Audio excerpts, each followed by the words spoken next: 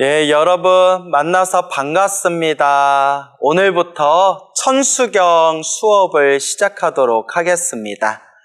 우리 불자라면 반드시 외워야 될 3가지가 있다고 했죠? 그래서 예불문, 천수경, 반야심경 이 3가지는 반드시 외워야 된다. 한국의 불자라면 예불문, 천수경, 반야심경은 필수로 외워야 된다라는 말씀을 드렸습니다. 자, 그래서 우리가 앞에서 예불문 공부는 했고 또 이어서 천수경 공부를 하도록 하겠습니다. 여러분들 천수경, 여러분들 그 집에 법요집 있죠? 집에 법요집 천수경도 있을 것이고 인터넷으로 천수경 찾아보시면 돼요. 이 천수경을 인터넷에서 찾아서 프린트해서 보셔도 되고, 그리고 또 여러분들이 보시는 영상에 이제 천수경 그 자막이 나오니까 그걸 보셔도 이제 아무런 문제가 없겠습니다. 그래서 천수경 공부를 시작하게 될 텐데, 천수경이 하나하나 세심하게 따지면 할 말이 굉장히 많아요. 굉장히 짚어볼 게 많은데 너무 깊이 들어가면 또 사람들이 헷갈려하거나 잘 못 따라오더라고요. 그래서 좀 쉽게 이 천수경은 이런 뜻입니다. 이런 내용으로 구성되어 있습니다. 라는 그런 어떤 천수경에 대한 전체적인 흐름을 파악하는 그런 선에서 이렇게 가벼운 마음으로 공부하도록 하겠습니다. 먼저 천수경이라는 것은 옛날 옛적부터 있었던 경전이 아니에요. 천수경이라는 것 자체는 우리 한국 불교에만 있어요, 여러분. 천수경에 나오는 내용들은, 천수경 나오는 문장, 모든 문장은 이제 모두 부처님 경전이나 큰 스님 법문에 나오는 내용들인데, 우리가 보고 있는 이 천수경이라는 책 자체는 한국 불교에서 만들어진 책이에요. 더 정확히 말하면 팔만대장경에서 제일 좋은 내용들만 추려가지고 우리 불자님들이 독송하기 편하게 이렇게 짜임새 있게 편집해서 만들어 놓은 불자 독송용, 불자님들 기도용 이 의식이 바로 천수경이 되겠습니다. 그러니까 천수경, 쓰니 천수경은 부처님이 언제 설하셨어요? 라는 말은 맞지가 않는 거예요. 왜냐? 천수경이라는 경전 자체가 원래 있었던 불교의 좋은 내용들을 이렇게 이제 편집해가지고 하나로 묶어서 엮은 책이다. 우리가 천수경을 같이 공부하면서 느끼시겠지만 천수경 자체가 아주 짜임새가 있어요. 아주 체계적이고 짜임새가 있고 또 우리 불자님들이 어떤 마음으로 살아야 될 것인가, 불제자로서 어떤 마음으로 우리가 부처님의 가르침을 닦을 것인가 라는 모든 중요한 기준이 이 천수경 안에 다 있습니다. 그래서 천수경은 원래 옛날부터 부처님 때부터 내려온 경전이 아니다. 팔만대장경에 있는 좋은 내용들을 뽑아서 새롭게 한국 불교에서 새롭게 편집한 경전, 한국 불교에만 있는 경전이 천수경이다. 물론 천수경 안에 있는 내용은 이미 다른 경전에 있는 것들입니다. 다른 경전에 있는 내용들을 이렇게 이제 뽑아다가 지금의 천수경으로 만들어졌는데, 지금으로부터 약 100여 년 전쯤부터 천수경의 원형이 되는 그런 어떤 의식과 의례를 발견할 수가 있고, 지금 우리가 보고 있는 천수경으로 완전히 이제 딱 편집되어져서 불자들에게 이제 공개가 된 것은, 그러니까 지금의 천수경의 모습을 그대로 담고 있는 것은 약 50년 전부터인 것 같다. 등등의 여러 설이 있습니다. 다만 중요한 거는 지금 우리가 보고 있는 이 천수경, 현재 보고 있는 천수경 책 자체가 지금 우리가 보고 있는 형태로 만들어진 게 100년이 채 되지는 않는 것 같다. 그래서 오랜 기간에 걸쳐서 편집되고 추가되고 다듬어지고 많은 분들에 의해서 손길을 거치면서 지금 우리가 보는 천수경으로 만들어진 것이다. 이렇게 이제 머릿속에 정리하시면 되겠습니다. 그리고 천수경 자체가 우리 한국 불교의 큰 스님들이 팔만대장경에서 우리 불자들이 꼭 알아야 할 좋은 내용들을 뽑아가지고 편집해서 만든 게 천수경이잖아요. 그래서 내용이 참 좋아요.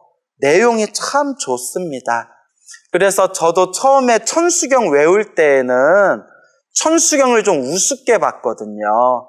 왜냐하면 천수경은 우리 불자들이 기본적으로 다 외워야 되는 경전이기 때문에 천수경을 좀 우습게 보고 가볍게 보는 그런 마음이 없지 않아 있었는데, 나중에 천수경 공부하고 난 뒤에 무슨 금강경도 공부하고 법화경도 공부하고 이런저런 부처님 말씀을 공부한 뒤에 훨씬 나중에 천수경을 다시 살펴보니까 천수경 안에 다 들어있구나. 우리 불자가 어떤 마음으로 닦아야 되는지, 우리 불제자가 어떤 마음으로 부처님 가르침을 닦아야 되는지, 그게 이 천수경에 다 들어있구나 라는 것을 느끼게 되었습니다. 그래서 제가 불자님들께 늘 드리는 말씀이, 우리 불자가 꼭 알아야 할, 불자로서 꼭 알아야 할 가장 기본적인 가르침은 예불문 천수경 반야심경 안에 다 들어있다라는 말씀을 드립니다. 예불문 천수경 반야심경 안에 불자로서 꼭 명심하고 되새기고 알아야 할 내용들이 다 담겨져 있고, 우리 불자들이 천수경에 나온 것처럼만 살아도 우리는 벌써 다 도인될 겁니다. 그래서 천수경을 절대 우습게 볼 경전이 아닙니다. 물론 저도 처음에는 천수경을 그냥 우습게 여겼지만 부처님의 경전을 공부하면서 몇 년이 지난 뒤에 다시 천수경을 살펴보면, 좋은 내용이 천수경 안에 다 들어있었네. 우리 불제자가 닦아야 할 이 마음가짐, 그것이 천수경 안에 다 있었구나라는 것을 그렇게 이제 뼈저리게 느끼게 됩니다. 그러니까 여러분들도 저와 함께 이제 천수경을 한 구절 한 구절, 한 문장 한 문장 공부하게 되실 텐데, 편안한 마음으로 공부하시되 이 천수경에 나와 있는 내용이 우리 불자들이 평생 명심하고 평생 되새겨야 할 아주 중요한 내용이다. 이것을 꼭 명심하시길 바랍니다. 그래서 이제 천수경을 공부할 텐데 여러분, 한자 원문으로 볼 거예요. 한자 원문, 한문으로 된 문장을 제가 한 글자 한 글자 손으로 짚으면서 해석을 해드릴 거예요. 여러분, 번역이라는 게 참 어렵더라고요. 그래서 번역은 완전한 번역, 완벽한 번역은 없습니다. 하나의 문장을 번역할 때에도 복잡한 문장, 좀 복잡한 문장일수록 번역하시는 분들이 어떤 의도로서 번역하느냐, 어떤 관점으로서 번역하냐에 따라서 조금씩 내용이 달라지게 돼요. 예를 들어 어떤 단어를 선택해서 번역하느냐, 어떤 어휘를 써서 번역하느냐, 저마다 바라보는 관점이 다르거든요.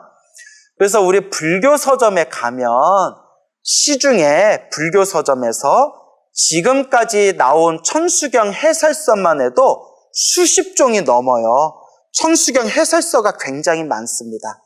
제가 가지고 있는 천수경 해설서만 하더라도 10권이 넘거든요. 그런데 그 천수경을 해석하신, 천수경을 한글로 번역한 큰 스님들의 그 한글 번역본을 비교하면서 보면 저마다 개성이 다 다르세요. 학자들마다, 어른 스님들마다 혹은 불교 공부를 해서 천수경을 번역한 그런 어떤 불교 신자라든가 저마다 자신의 심혈을 기울여서 문장 하나하나 번역을 했겠지만 저마다 조금씩 개성이 다릅니다. 근데 원래 그런 거예요. 원래 번역이라는 것은 제2의 창작이다라는 말이 있지 않습니까? 그래서 함자 원문으로 내가 직접 직역하는 것이 필요합니다. 이 천수경의 문장 하나하나를 그 글자 한자를 이제 직역을 한 뒤에 토시 하나 안 빼고 직역을 하고 난 뒤에 이제 다른 분들께서 한글로 번역한 한글 천수경을 비교해 보면 이분은 이런 입장에서 번역했구나, 저분은 저런 입장에서 번역했구나, 그 차이를 알 수가 있고 저도 또한 그래요. 여러분들도 저와 천수경을 공부하면서 제가 번역한, 제가 풀이하고 제가 해석한 천수경을 100% 믿을 필요가 없어요. 왜냐? 바라보는 관점이 저마다 다르거든요. 그래서 그런 얘기 있지 않습니까? 언어와 문자는 달을 가리키는 손가락과 같다.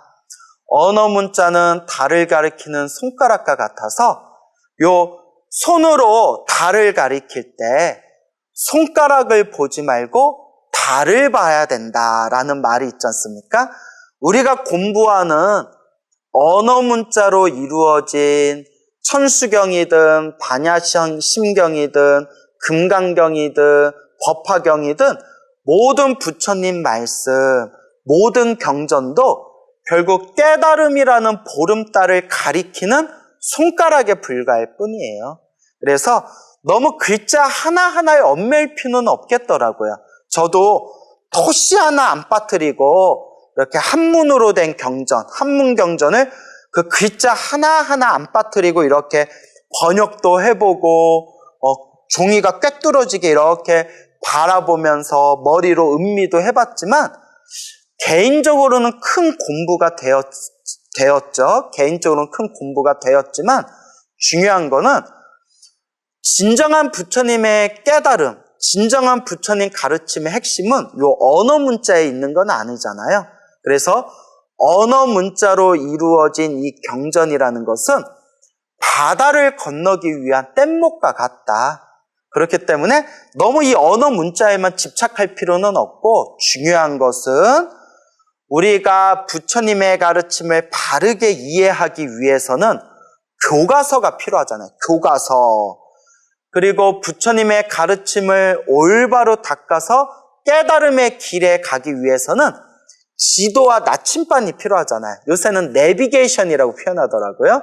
쓰니 요새 누가 지도를 보고 나침반을 봐요. 다 내비게이션 보지 이러더라고요. 지도라고 하든 나침반이라고 하든 내비게이션이라고 하든 결국 우리가 의지하고 우리가 근거로 삼을 수 있는 교과서가 있어야 되잖아요. 그 교과서와 같은 역할, 그 지도와 같고 나침반과 같고 우리가 바른 길로 갈 수 있게 우리를 길을 이끌어주는 내비게이션 같은 역할을 하는 것이 바로 부처님 말씀, 부처님의 경전이라는 겁니다. 그래서 제가 늘 누누이 말씀드리죠. 우리가 올바르게 부처님 가르침을 공부할 때 반드시 중요한 기준이 부처님의 경전, 부처님의 말씀, 부처님의 경전과 부처님의 말씀을 근거로 삼고 부처님의 말씀, 부처님의 경전을 의지해서 닦아야 된다. 단, 결국 부처님의 말씀과 부처님의 경전도 바다를 건너기 위한 뗏목과 같다는 거예요. 그러니까 우리가 바다를 건너는데 섬에 도착하기도 전에 뗏못을 버려버리면 어떻게 되겠어요? 섬에 도착하기도 전에 바다 위에 있는데 뗏못을 버려버리면 바다에 꼬르륵 하고 바닷속에 빠져서 물에 빠져 죽는 거예요. 그와 같이 우리가 부처님과 같은 완전한 깨달음을 얻기 전까지는 이 경전의 가르침을 버려서는 안 됩니다. 그렇지만 뗏못을 타고 섬에 도착할 때에는 이미 목적지에 도착했고 바다를 건너왔으니까 바다 건널 때 필요한 이 뗏못은 더 이상 필요가 없겠죠. 그때는 놓아버려도 되는 거예요. 그와 같이 언어 문자로 이루어진 부처님 경전, 부처님의 말씀도 깨달음이라는 길에 도착할 때까지는 우리들의 교과서고 또한 지도와 같고 나침반과 같다. 하지만 완전한 깨달음을 얻고 난 뒤에는 이제 그때는 경전을 놓아버려도 되는 거죠. 하지만 우리는 아직 못 깨달았잖아요. 내가 깨달았는지 안 깨달았는지 알 수 있는 방법이 있어요. 아주 쉬워요. 마음을 한번 보세요, 여러분. 여러분 마음을 보고 지금까지 여러분들이 살아왔던 내 자신의 삶을 한번 살펴보세요. 나에게 탐욕이 있는가 없는가? 나에게 성냄이 있는가 없는가? 나에게 어리석음이 있는가 없는가? 탐욕과 성냄과 어리석음, 탐, 진, 치, 삼독이 티끌만큼이라도 있는가 없는가? 이것을 여러분들이 내 자신을 속이지 말고 있는 그대로 한번 바라보세요. 내 마음을 속이지 말고 내 마음을 있는 그대로 바라봤을 때 내가 모든 번뇌와 망상을 소멸하고 모든 욕망을 소멸하고 내가 완전한 깨달음을 얻었는가 얻지 못했는가 스스로를 바라보면 알 수가 있어요. 그런데 만약에 탐욕과 성냄과 어리석음이 아직도 남아있는데 나는 깨달았다 하는 사람이 있으면 둘 중에 하나예요. 그냥 정신병자이거나 정신병에 걸렸거나 아니면 엄청나게 큰 삿된 견해에 빠져가지고 큰 착각을 하고 있는 거예요. 정신병이 있거나 착각도인일 확률이 큽니다. 그렇기 때문에 내가 탐욕이 있는가 없는가, 성냄이 있는가 없는가, 어리석음이 있는가 없는가, 탐, 진, 치, 삼독이 내 마음속에 티끌만큼이라도 있는가 없는가, 내 자신을 바라보면 내가 지금 올바로 깨달았는지 아니면 아직도 깨달음의 길로 가야 할 부족한 존재인지 스스로 알 수가 있죠. 그런데 탐욕과 성냄과 어리석음이 부글부글 끓어오르면서도 나는 깨달았다, 나는 더 이상 닦을 게 없다 라는 사람이 있으면 그런 사람은 부처님이 다시 세상에 출현해도 구제할 수 없다라는 큰 스님들의 말씀이 있습니다. 그래서 우리가 탐욕과 성냄과 어리석음이 완전히 소멸하고 번뇌망상이 완전히 사라지고 완전한 깨달음을 얻을 때까지는 반드시 부처님의 말씀, 부처님의 경전이 담겨져 있는 이 부처님의 말씀, 부처님의 경전을 근거로 삼고 부처님의 말씀, 부처님의 경전을 의지하면서 닦아야 된다. 즉, 여러분들의 스승은 오직 부처님 말씀입니다. 오직 부처님 경전을 스승으로 삼아서 수행하셔야 됩니다. 다만 제가 우리 부처님 가르침을 공부하면서 완전한 번역은 없다고 했죠. 중요한 거는 토시 하나 글씨 하나도 놓치지 않고 꼼꼼하게 부처님 가르침을 공부하는 것도 중요하지만 그것보다 더 중요한 것은 이 부처님의 경전 안에서 이 부처님의 말씀 안에서 말하고자 하는 의도가 무엇인가, 우리들에게 말씀하시고자 하는 교훈이 무엇인가, 그것을 우리가 정확하게 판단해야 돼요. 이것을 가리켜서 글자에 구속되지 말고 그 언어와 문자 너머에 그 부처님이 말씀하시고자 했던 뜻을 음미해야 된다. 그 뜻을 바르게 이해해야 된다라는 뜻입니다. 그래서 여러분들이 한글로 번역된 천수경을 보셔도 아무 상관없어요. 왜 아무 상관없냐?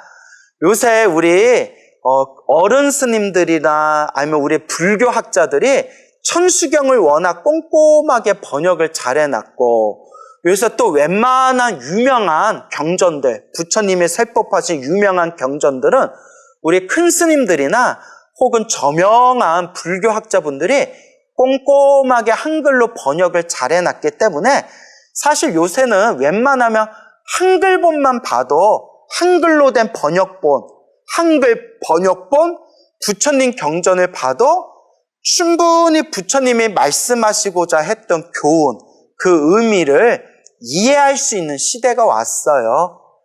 하지만 제가 다시 말씀드리는 건데 완전한 번역, 완벽한 번역은 없기 때문에 원문, 번역되기 전에 원문을 꼼꼼하게 살펴보는 게 그래도 개인적인 공부에 있어서는 훨씬 더 큰 장점과 그런 깊은 견해를 성취하는데 아주 그런 좋은 그런 이제 장점이 될 수가 있습니다. 그래서 저도 느끼는 게 여러분, 금강경을 예로 들어봤을 때 한글로 번역된 금강경, 한글 번역본 금강경을 읽을 때 무슨 뜻인지 잘 이해가 안 되는 걸 한자 있죠. 한자로 된, 한문으로 된 금강경을 읽으니까 훨씬 이해가 잘 되는 거예요.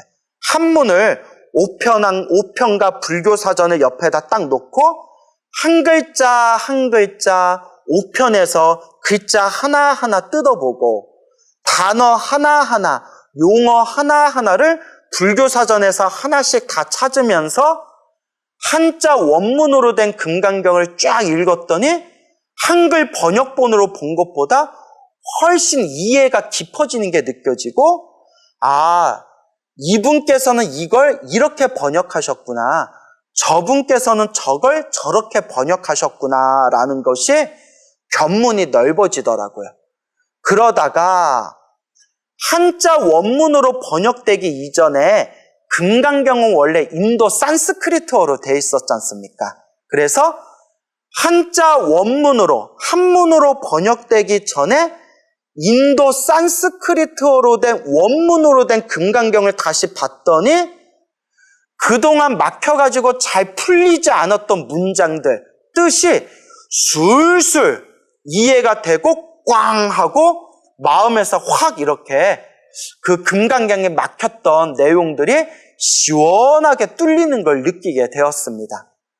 그래서 한글로 봤던 것보다는 한자 원문으로 본 게 훨씬 깊이가 있었고, 한자 원문으로 보면서 이해가 되지 않던 부분이 인도 산스크리트어 금강경을 보면서, 인도 산스크리트어 금강경을 연구하면서 훨씬 더 훨씬 더 이해가 깊어지는 걸 느끼게 되었죠. 자, 그래서 경전이라는 것은 완전한 번역이 없고, 만약에 제대로 경전 공부를 하려면 항상 원문을 살펴봐야 되겠구나라는 것을 그때 제가 강하게 느꼈습니다. 근데 저도 그렇지만 여러분들 같이 직장 생활하고 일상생활에서 이렇게 부처님 가르친 닦는 분들이 언제 또 한자 공부는 또 언제 하시고 인도 산스크리트어 공부는 언제 하시겠어요? 저도 인도 산스크리트어 좀 공부하다가 책 덮어버렸거든요. 이게 너무 바빠가지고 뭘 공부하기도 시간이 뻑뻑하더라고요. 이런 얘기하면 죄송한데 쉬기도 바빠요, 진짜. 예, 쉬기도 바쁜데 그래서 저는 그냥 한국 불교는 어차피 한문으로 된 한역 경전을 의지했기 때문에 나는 일단 한문 경전에 충실히 보자라고 마음을 돌렸지만 마음 한구석에는 인도 산스크리트어를 좀 깊이 공부하지 못한 거에 대한 아쉬움이 있기는 있어요. 근데 저도 머리가 둔해가지고 막 이렇게 법문하고 강의 다니면서 한문 공부도 하고 산스크리트어 공부도 하고 이렇게 여러 가지 하기가 좀 벅차더라고요. 그래서 저는 한국 불교의 스님이고, 한국 불교는 오랜 옛 정통이 의상대사, 원효대사, 의천대사, 또 보조국사, 진울, 서산대사로 해서 삼국시대에서 통일신라 시대에서 고려시대에서 조선시대에 이르기까지 한국 불교는 한문으로 된 경전에 의지해서 공부했기 때문에 저도 일단 한문 경전에 충실하자라는 그렇게 이제 저는 제 목표를 설정했거든요. 하지만 한문으로 번역되기 이전에 인도 산스크리트어로 된 그 원문, 인도 산스크리트어 그 원문으로 된 그 경전을 이해하는 것도 아주 중요하다라는 말씀을 꼭 드리고 싶습니다. 그래서 우리 스님들 중에서도 한문으로 된 경전에 어떤 한계를 느끼고 갈증을 느끼시던 그런 여러 스님들께서 저 미얀마, 스리랑카, 태국으로 유학 가셔서 빨리어로 된 니까야 경전 공부하시는 분들도 많으시고 또 이렇게 외국에 있는 대학에 들어가셔서 인도 산스크리트어를 공부하시는 분들도 계시고 또 근래에는 티베트 불교가 굉장히 유행하면서 저 티베트 불교 사원에 가셔서 그 티베트 불교를 직접 또 공부하시는 스님들도 여럿 계시거든요. 저는 그분들 한 분 한 분이 정말 훌륭하시고 정말 대단하시고 정말 소중하시다라는 생각이 듭니다. 그래서 고루고루 부처님 가르침을 공부하되 이제 결론은 그 언어와 문자를 떠나서 부처님이 정말 우리들에게 말씀하시고자 했던 그 진정한 의미, 그 뜻과 교훈이 무엇인가 그것을 살펴보고 음미하고 사유하고 실천하는 것, 이게 가장 중요하다. 그래서 손가락으로 달을 가리킬 때 손가락을 보는 것이 아니라 달을 볼 줄 알아야 된다. 달을 봐야 된다. 하지만 손가락으로 달을 가리킬 때 손가락이 아니라 달을 봐야 되지만 손가락으로 달이 있는 곳을 올바르게 가르쳐야 되잖아요. 올바르게. 달이 동쪽에 떠 있는데 서쪽으로 손가락질하면 사람들은 엄한 데 볼 거 아니에요. 결국 손가락 역할을 하고 있는 이 언어와 문자로 이루어진 부처님의 말씀, 부처님의 경전, 이 부처님의 교가서.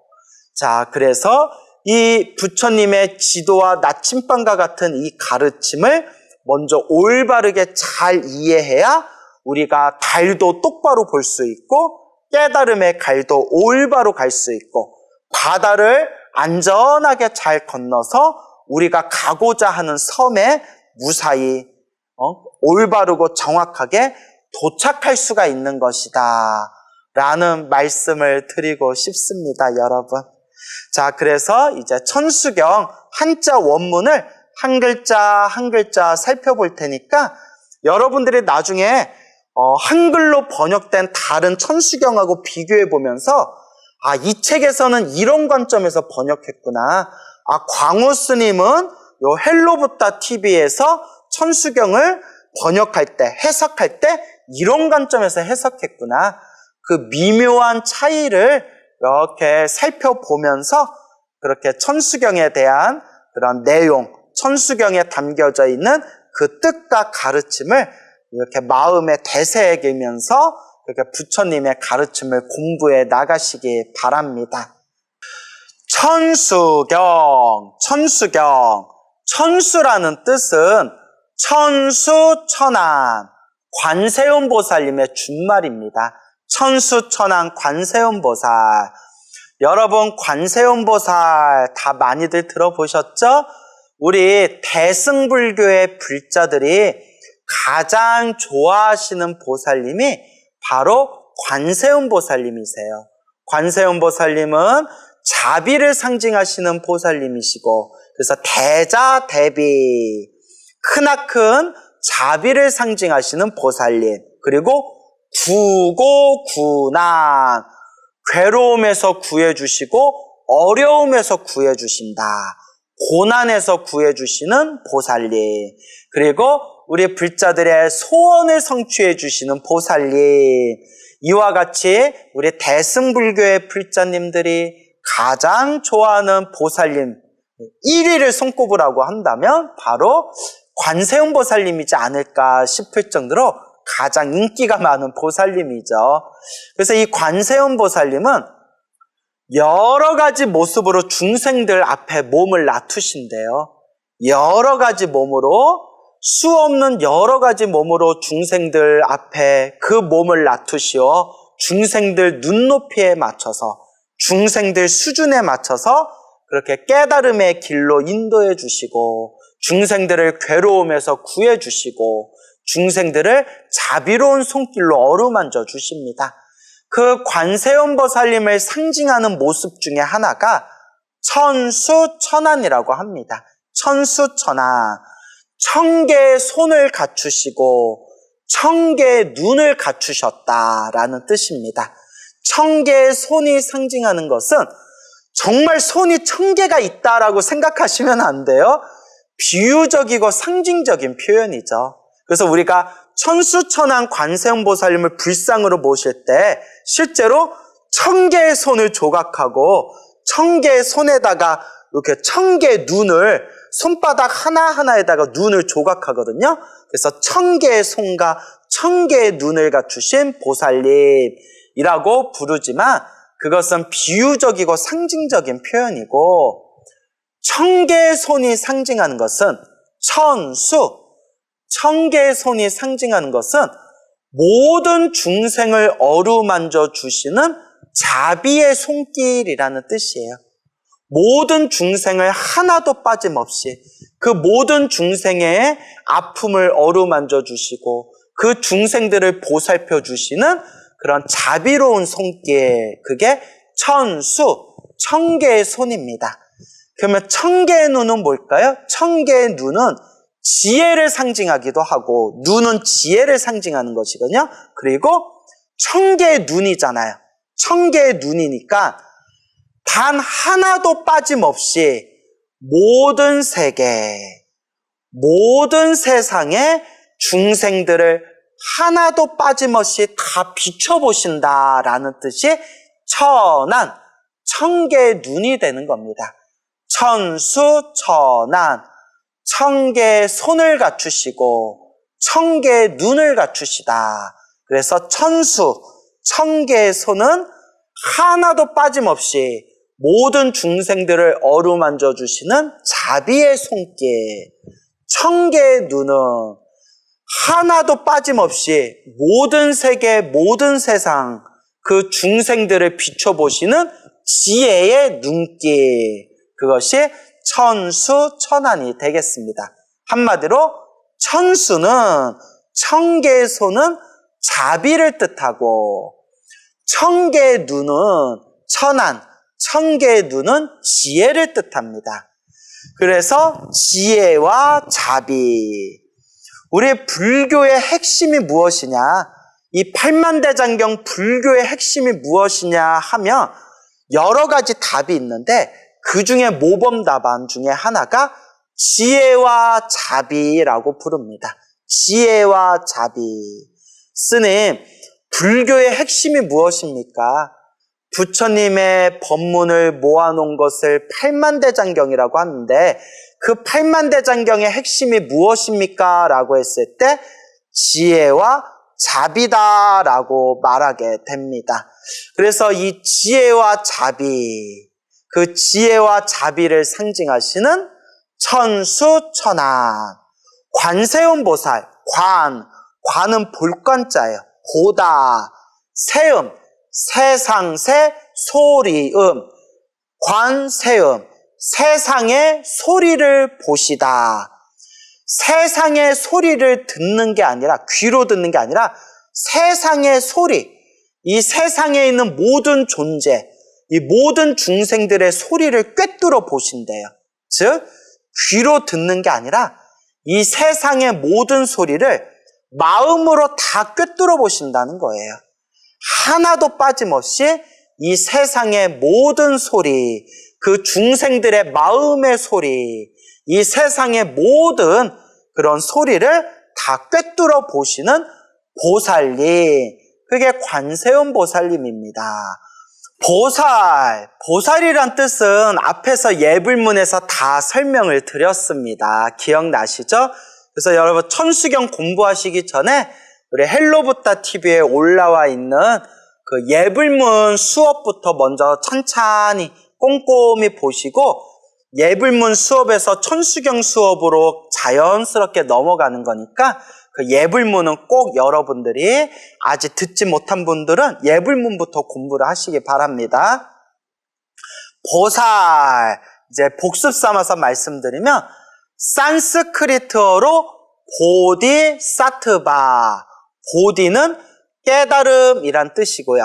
사트바는 이제 중생이란 뜻이에요. 아직 중생이에요. 부처가 아직 안 됐고 아직 중생이에요. 보디사트바 하면 깨달음을 구하는 중생. 보디사트바를 4글자로 만들면 그 한문으로, 보디사트바를 한문으로 4글자로 만들면 보리살타, 보리살타를 다시 2글자로 만들면 보살이라고 부릅니다. 즉 보살이라는 뜻은 남자와 여자를 구분하지 않고 출가자와 재가자를 구분하지 않고 완전한 깨달음을 얻겠다, 성불하겠다, 부처가 되겠다, 위 없는 깨달음을 얻어서 모든 중생 제도하겠다라는 그런 위대한 서원, 그런 거룩한 발언을 하신 그런 대승불교의 거룩한 수행자를 보살, 보디사트바, 보리살타, 보살이라고 불리게 되는 겁니다. 근데 제가 보살도 등급이 있다고 했죠? 등급.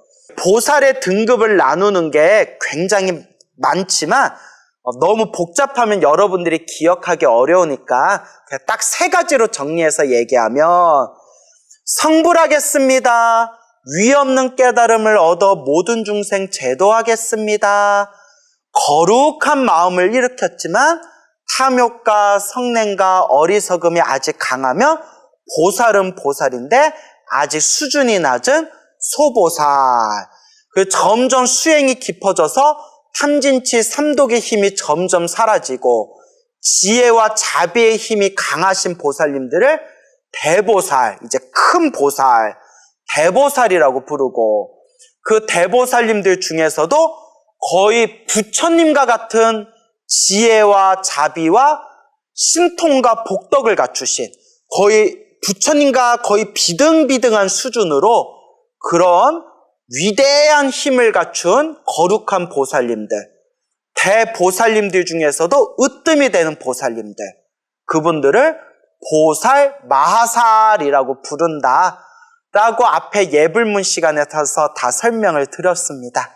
그래서 천수, 천안, 관세음 보살, 이 천수, 천안, 관세음 보살님의 주인공으로 삼은 경전이 바로 천수, 천안, 관세음 보살, 경, 줄여서 천수경이라고 부르는 거예요.